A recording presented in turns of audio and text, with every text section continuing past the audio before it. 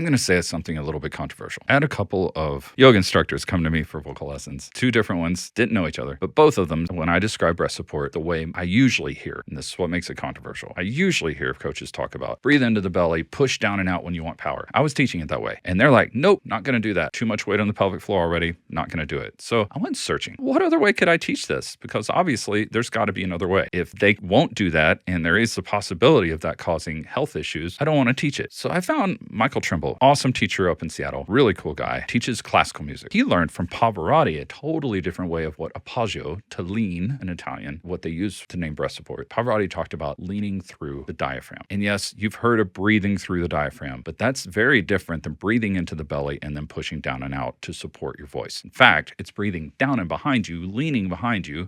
So you're filling up from the bottom up and then leaning through the diaphragm. A good way to get into that is to hiss out an S and try to get all of that pressure into the diaphragm behind your upper abs.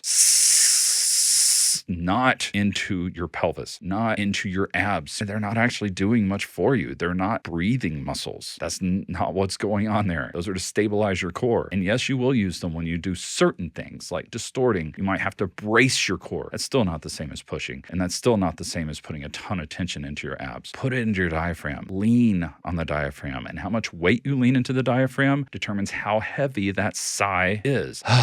That sigh that is just a release of air. That just releases it. It doesn't push it out, doesn't force it out. Just how much weight do I put here so that the resonance is louder? That's breath support. That's the relationship you want between, am I here in the diaphragm behind the upper abs, and is the only other tension up here so that all of this, all of the muscles in the throat can just chill out, and then it becomes effortless. Keep working on it. Look at the links below and join us in the community. I'll talk with you about this further. I'll help you figure out how to do it. Hope to see you there.